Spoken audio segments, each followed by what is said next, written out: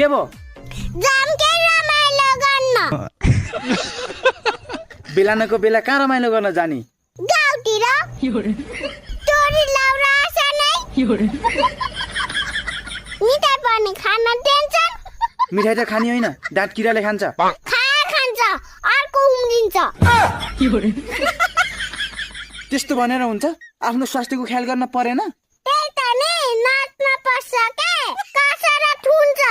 त्यो त हो छोरी तर मिठाई चाहिँ नखाम त्यसो भए पिटाइ खाम अबे साले म त हरामी छु के कौन पिला बारा